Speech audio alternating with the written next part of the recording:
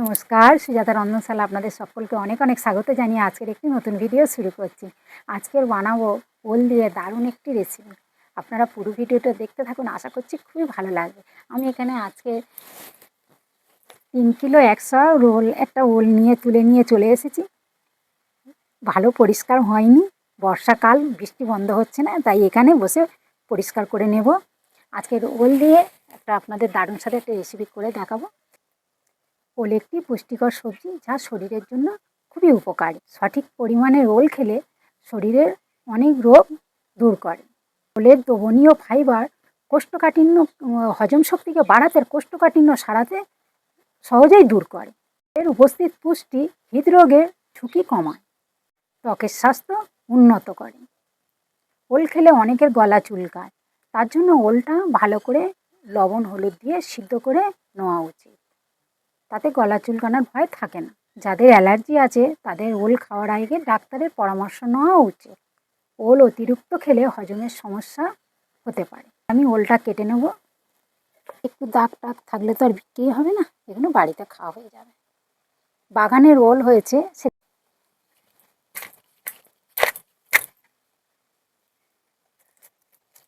হাতে ধরা যাচ্ছে না, একটু ছোট করে নে।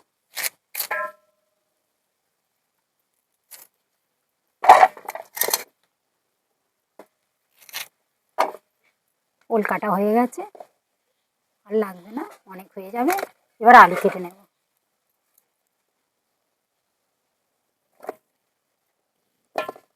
কাটা হয়ে গেছে, এবার ধুয়ে নিয়ে চলে আসবো। অল্প একটু লবণ, একটু হলুদ গুঁড়ো দিয়ে এটা একটু ভাবিয়ে ফেলে দেব।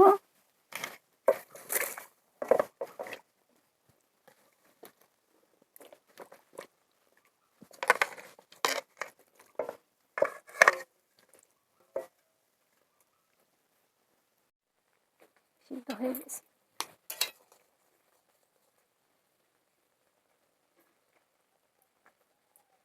ওল আলু খুব সুন্দর সিদ্ধ হয়ে গেছে, এবার নামিয়ে নেব।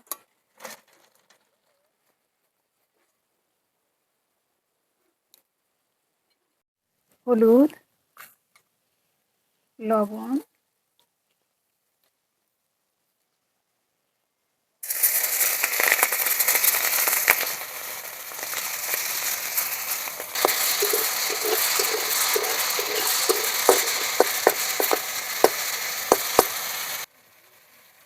ভাজা হয়ে গেছে, তুলে নেবো। চিংড়ি খুব ভালো ভাজবো না, চামড়ি চামড়ি মতো হয়ে যাবে, কি ভালো।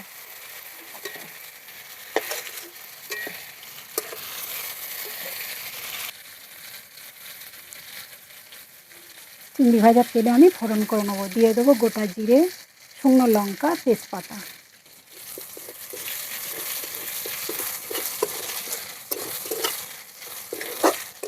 জিরে থেকে ভাজা ভাজা সেন্ট বেরিয়ে গেছে, এবার দিয়ে দেবো কুচানো পেঁয়াজ।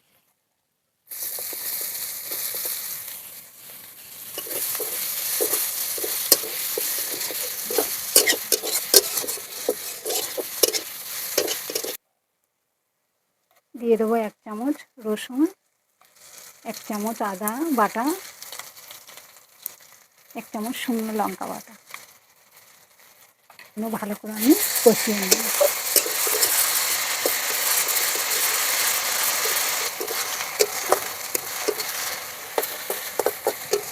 রসুন আমার ভালো করে ভাজা হয়ে গেছে, দিয়ে দেবো 2 চামচ টমেটো বাটা।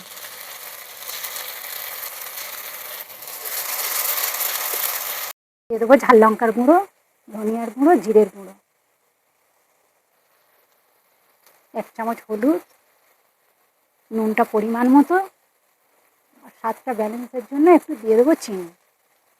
দিয়ে দেবো একটু বাটি ধোয়া মশলা ধোয়া জল।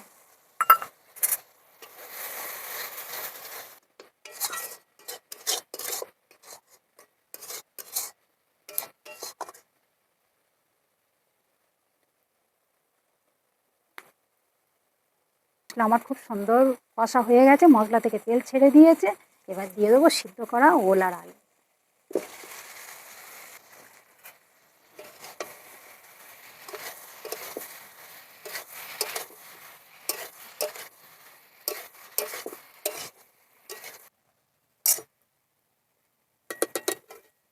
এবার ভেজে রাখা দিয়ে দেবো এই চিংড়ি মাছগুলো।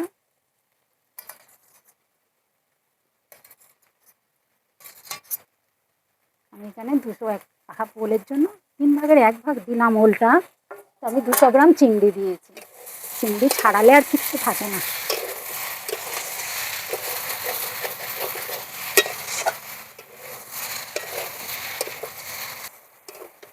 ভালো করে কষানো হয়ে গেছে, এবার দিয়ে দেবো জল। দিয়ে দেবো এই চেরা কাঁচা লঙ্কাগুলো। ওল কচু একটু ঝাল ঝাল হলে ভালো লাগবে, ওই জন্য চেরা কাঁচা লঙ্কাটা দিলাম। আপনারা আপনাদের স্বাদ মতো ঝালটা দিয়ে দেবেন।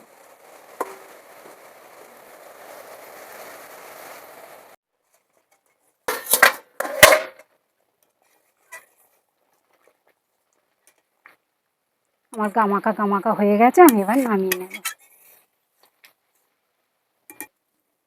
এটা নামিয়ে নিলে একটু ঝোল ঝোল আছে, নামিয়ে নিলে আরও বসে যাবে।